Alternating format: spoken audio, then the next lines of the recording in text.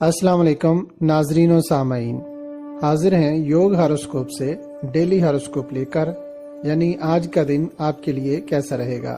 تو آئیے دیکھتے ہیں۔ برج حمل، معاملات کو سلجھانے کا وقت ہے۔ کوشش کریں دن کی برکات حاصل کرنے کے لیے نماز فجر کے بعد درود پاک پڑھ کر دعا کریں اور اپنے کام شروع کریں، ضرور برکت ملے گی انشاءاللہ۔ جدت پسندی اور نئے منصوبے ذہن میں آئیں گے۔ مالی معاملات کے لحاظ سے آج کا دن ٹھیک رہے گا اور کاروباری سرگرمیاں تیز رہیں گی۔ خرید و فروخت میں بہتری آئے گی۔ تعمیرات، آئرن انڈسٹریز، سیمنٹ اور فرٹیلائزر کے کاروبار میں برکت ملے گی انشاءاللہ۔ برج ثور، آج 26 اور کل 27 مارچ اچھے برکت والے دن ہیں۔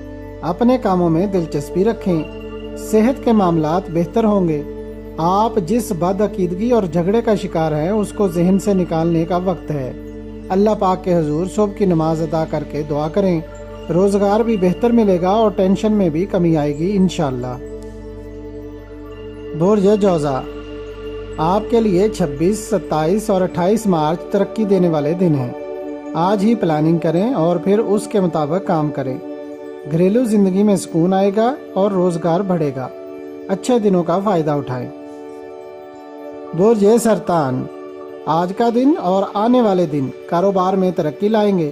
دیگر مصروفیات کو چھوڑ کر صرف اپنے کاروبار پر توجہ دیں۔ ہر ذریعہ معاش میں برکت ملے گی، مگر بچت کرنا لازمی ہے، کیونکہ جو چیز برے وقت میں کام آتی ہے وہ آپ کی بچت ہے۔ برج اسد، اللہ پاک کی طرف سے اولاد، انعامات، وراثت اور انشورنس جیسی خوشبختیاں ملیں گی۔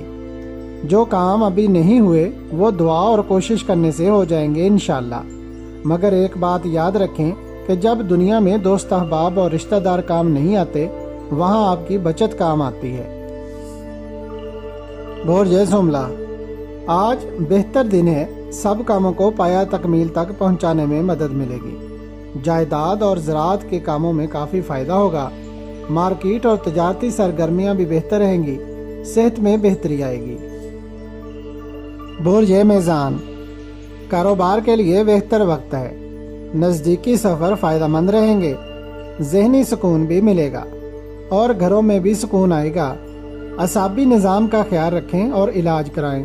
اس سال کہیں سے کوئی رقم ملنے کا اندیہ ہے۔ برج عقرب، کاروبار کو مالی طور پر مستحکم کرنے میں دن کے اثرات مددگار رہیں گے۔ جتنی بھی ہو، کہیں سے کوئی رقم آج ملے گی۔ خوشحالی آئے گی۔ پچھلی خرابی میں کچھ تو سکون آئے گا انشاءاللہ۔